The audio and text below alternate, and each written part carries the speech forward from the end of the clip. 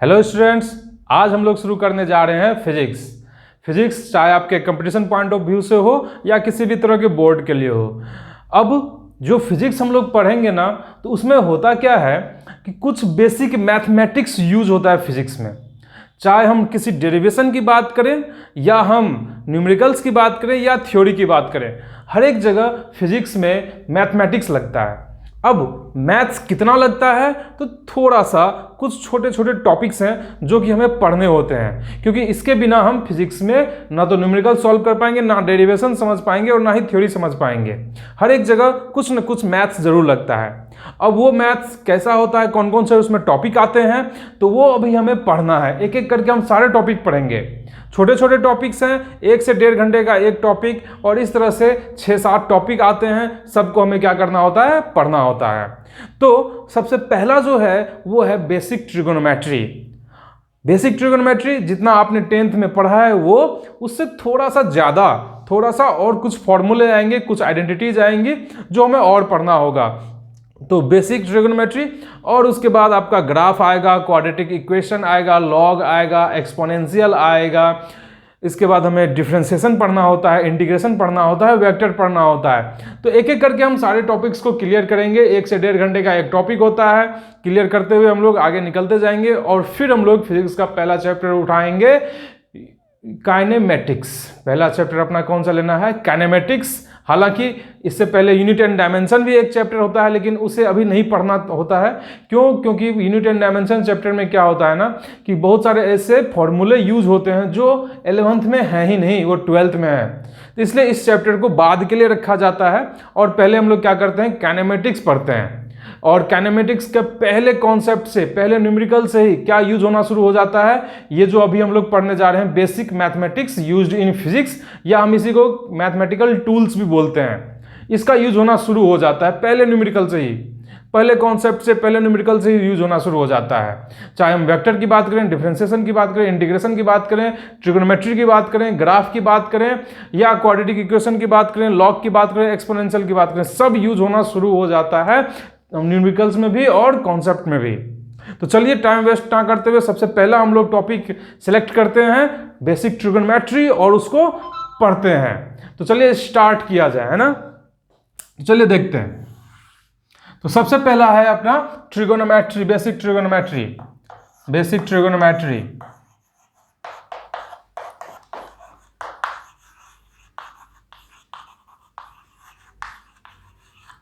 Basic trigonometry, आप इसमें बहुत सारे फॉर्मूले आप पहले से जानते हैं, बहुत सारे फॉर्मूले जानते हैं, और उन्हीं फॉर्मूलों को हमें फिर से पढ़ना है, और साथ में कुछ और भी चीज़ें हैं जो हम लोग जानेंगे। अच्छा, ये बहुत ही बेसिक चीज़ है, लेकिन फिर भी मैं फिर से बता देता हूं, क्योंकि मैं ये मान के चल रहा हूं कि सामने स्टूडेंट जो बैठा है उसे कुछ नहीं आ रहा। मैं 0 से स्टार्ट करूंगा और टॉप लेवल तक ले जाने की कोशिश करूंगा। तो चलिए देखते हैं। देखिए इधर, ये सबको पता होगा, हो सकता है, लेकिन फिर भी आप इसे नोट करेंगे कॉपी में। चलिए देखें इसे। बताइए, ये एक अगर राइट एंगल ट्राइंगल है, राइट एंगल ट्राइंगल मीन्स एक एंगल जो ट्राइंगल का होगा वो कितना होगा, 90 डिग्री होगा, और इस एंगल को मैंने कुछ एंगल थीटा बोल दिया। तो बताइए इसे क्या बोला जाता है, परपेंडिकुलर। थीटा के सामने वाले एंगल को परपेंडिकुलर बोला जाता है। इसे हाइपोटेनस बोला जाता है, और ये बेस होता है। और बताइए साइन थीटा की वैल्यू कितनी होती है, तो साइन थीटा आपको पता होगा, साइन थीटा की वैल्यू होती है perpendicular by hypotenuse, perpendicular by hypotenuse. और बताइए कॉस थीटा की वैल्यू, जनरली ये चीजें सबको पता होती हैं, लेकिन फिर भी मैं बताता हूं। मैं ये मानता हूं कि सामने ब्लैंक है, सभी, किसी को कुछ नहीं आ रहा, और उसके बाद मैं टीचिंग स्टार्ट करता हूं। हाँ, लेकिन मैं टॉप लेवल तक जरूर ले जाता हूं इसको, बेसिक से स्टार्ट करते हुए। तो tan थीटा की वैल्यू होती है perpendicular by base, cos theta की वैल्यू होती है base by hypotenuse, sin theta की वैल्यू होती है परपेंडिकुलर बाय हाइपोटेनस। और बताइए अगर मैं यहां पर cos थीटा लिखता हूं, सॉरी cos नहीं, सेक थीटा, तो यहां अगर मैं सेक थीटा लिखता हूं तो बताइए सेक थीटा क्या होता है, 1/cos थीटा होता है, अगर आपको पता हो, 1/cos थीटा। और या उसी को क्या बोला जा सकता है, h/b बोला जा सकता है। कोसेक थीटा क्या होता है, तो कोसेक थीटा होता है 1/sin थीटा, या इसी को मैं h/p पी लिख सकता हूँ अगर आपको पता हो। और बताइए tan थीटा का जो रिवर्स होता है या उल्टा होता है वो होता है cot थीटा। इसकी जो वैल्यू होती है वो क्या होती है 1/tan थीटा, या इसी को हम बेस बाय परपेंडिकुलर लिख सकते हैं, बेस बाय परपेंडिकुलर आपको पता हो अगर तो ये बेसिक चीज थी। यहां से हम लोगों ने आज स्टार्ट लिया।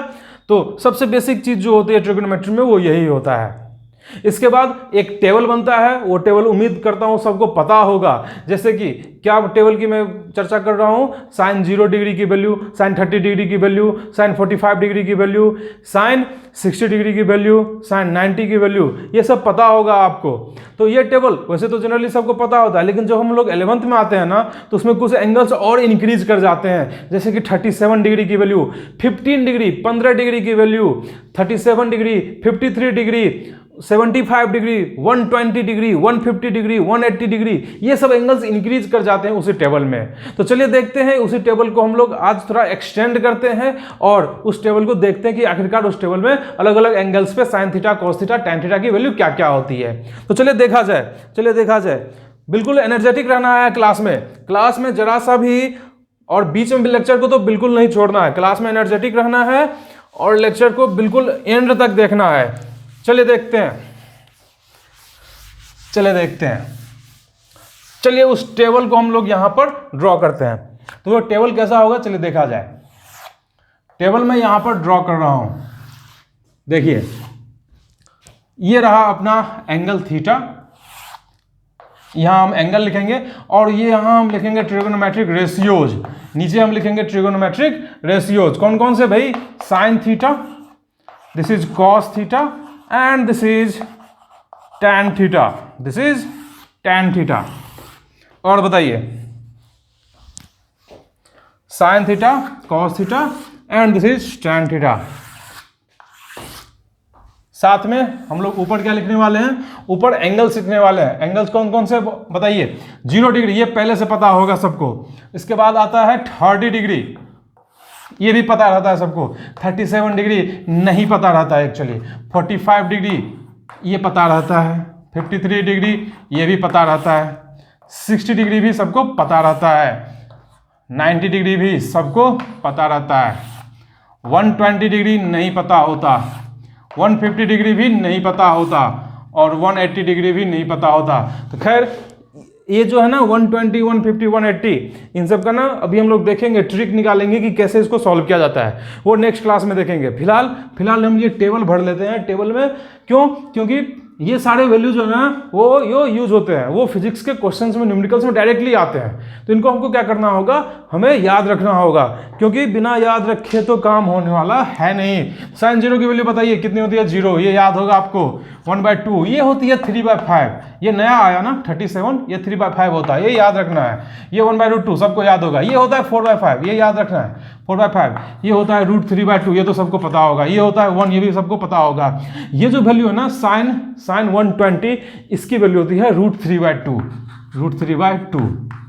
नहीं पता हो मैं बता दे रहा हूं, इसके बाद आपको याद हो जाना चाहिए। 150 की वैल्यू होती है 1/2 और 180 की वैल्यू हो जाती है 0। 180 की वैल्यू हो जाती है 0। अब देखिए ये 90 तक में क्या होता था? 90 तक में यही वैल्यू इधर आता था, याद है कि नहीं? याद होगा, सबको याद होगा, 10th में आपने पढ़ा होगा। ये 1 हो गया, यहाँ पर हो जाता है √3/2। और बताइए ये चीज़ यहाँ आ जाएगा 4/5, ये सेम हो जाता है, ये हो जाता है 3/5।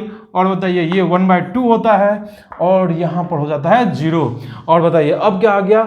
cos 120 डिग्री, cos 120, तो वैल्यू देखिए इसका वैल्यू होता है -1/2। इसको याद रखना है, इसको बिल्कुल याद रखना है, चीज़ें याद रखनी है, क्योंकि इसके बिना फिजिक्स में हमारा काम ही नहीं होने वाला। और हर बार हम टेबल बना नहीं सकते। 10th में अलग बात थी कि टेबल बना के हम क्वेश्चन सॉल्व कर लिया करते थे, लेकिन इस बार हर बार टेबल बनाना पॉसिबल नहीं होगा, क्योंकि एक न्यूमेरिकल आएगा, आपको 1 मिनट का टाइम मिलता है न्यूमेरिकल सॉल्व करने के लिए, चाहे वो IIT हो या नीट हो। IIT में तो थोड़ा ज़्यादा टाइम भी मिल जाता है, लेकिन नीट में 1 मिनट, तो 1 मिनट के अंदर आपको अगर क्वेश्चन बनाना है तो आप ये टेबल बना नहीं सकते, वहाँ पे ड्रॉ नहीं कर सकते। यहाँ वैल्यू होती है -1। और बताइए tan थीटा, अरे tan थीटा क्या होता है? ये तो sin θ/cos थीटा होता है, ये सबको पता है। tan थीटा की वैल्यू sin θ/cos थीटा होती है, ये सबको पता है। तो बताइए क्या लिख देंगे? यहाँ हो गया 0। यहाँ हो गया 1/√3, ये सब पता होना चाहिए सबको। ये होता है 3/4, ये 3/4, ये हो गया 1, ये 1। और बताइए ये 4/3, ये हो गया √3, ये हो गया √3। ये होता है, इसको अनडिफाइंड बोला जाता है। 1/0 एग्जैक्टली डिफाइंड नहीं है। हाँ, टेंस टू 0, अगर 0 के बहुत ही करीब है कोई, बहुत ही पास में कोई है और उसको हमने एक में डिवाइड कर दिया, एक में किसी बहुत ही छोटे क्वांटिटी से डिवाइड कर दिया, तो वो इनफाइनाइट हो जाता है, इनफाइनाइट हो जाता है। लेकिन एग्जैक्टली 0 अगर बोला जाता है ना, तो वो अनडिफाइंड होता है। तो इसको अनडिफाइंड लिखना ही ज़्यादा बेहतर होगा, अनडिफाइंड। इसको मैं अनडिफाइंड लिखूंगा। और बताइए ये कितना हो जाएगा, -√3 हो जाएगा। और बताइए ये हो जाएगा -1/√3 और ये हो जाएगा 0। तो ये सारे वैल्यूज आपको याद रखने हैं, ये सारे वैल्यूज याद रखने हैं। अभी हम लोग कुछ और भी एंगल्स सीखेंगे निकालना, जैसे कि 15 डिग्री, 15 डिग्री, 75 डिग्री, ये भी हम लोग निकालना सीखेंगे। उनकी वैल्यू लेकिन याद नहीं रखनी, वो जब क्वेश्चन में आएगा ना तो उसको हम सॉल्व करके निकाल लिया करेंगे। तो फिलहाल आज की क्लास में पहले लेक्चर में आपको इतना याद रखना है, इतना ध्यान रखना है। उम्मीद करता हूँ सबका क्लियर हो गया होगा। फिर हम लोग आगे बढ़ते हैं और ये समझेंगे कि इनको कैसे निकाला जाता है, इनको कैसे कैलकुलेट किया जाता है। तो चलिए आज की क्लास में इतना ही।